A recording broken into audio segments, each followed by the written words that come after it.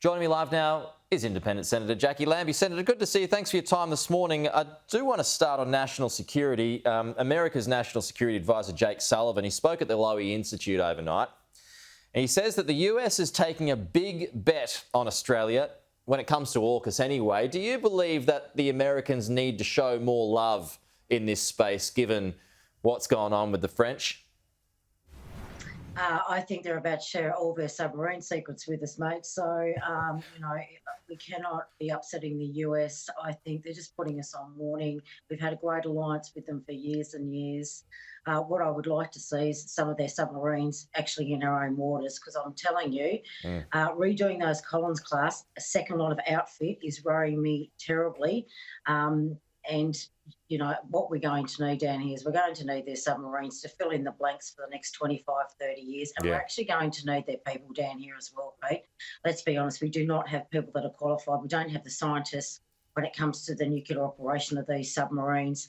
And seriously, the sooner we get started for our national security measures, the better off we're all going to be. So that's where I would be pushing with the US and locking in that as soon as possible. So when Paul Keating says that in a few years' time, when we've got 8 subs and we're going up against the Chinese military machine, it'd be like throwing toothpicks at a mountain, do you believe him?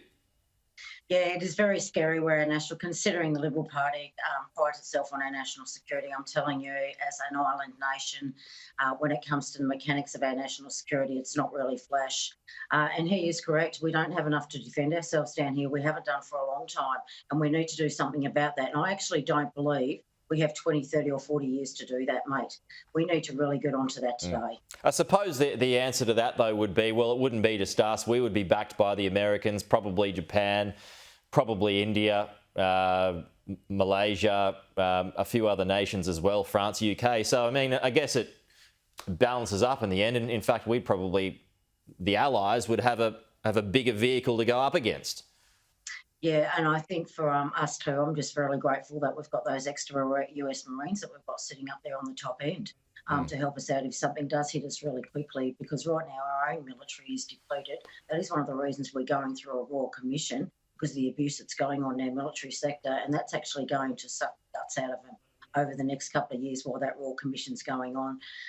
That's going to hurt. That will hurt our national security when you hear what's going to be coming out of that. Just onto those comments those developments out of the climate deals involving the US and China yesterday. President Xi now calling climate an existential crisis, and that's something that it has contributed massively to.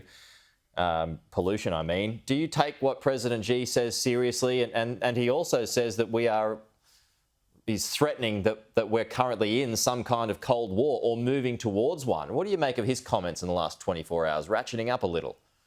Well, it bothers me when he's talking about a Cold War, that's for certain. Do we have a trust in the Communist Chinese? I don't think so. I think you'll find millions of Australians don't trust them.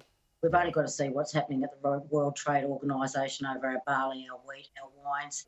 China can turn on you at a snap of the fingers, mate. It's as simple as that. So it's the trust game, and there isn't any of that. They may want to start with that to begin with, I think.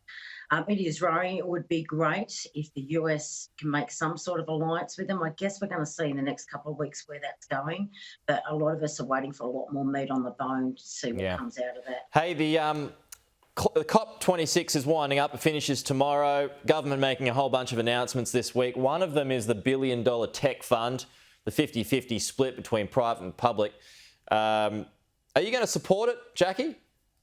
I haven't spoken to Minister Taylor yet. Come on. I haven't spoken to him. I actually haven't seen the plan in full. I'd like to see that where it's going. What I have seen in the last 8 years out of the Liberal Party is a lot of talk and not a lot of actually laying things out on the table at 100%. So I really want to spend some time with him and listen to what he's got to say, and I guess we'll take it from that. And then it all comes out of the CE as well, which is a little worrying. So I need more detail on that, and the only way I'm going to get that is to have him standing in front of me or sitting in front of me so I can ask him a lot of questions. So is that your issue with it? If I say, what are your problems with it? It's just that you want to see more detail. As things stand at the moment, it's a whole lot of money going towards, new lower emission technologies, and including carbon capture, and including agricultural feed too. Does that make sense to you by doing that?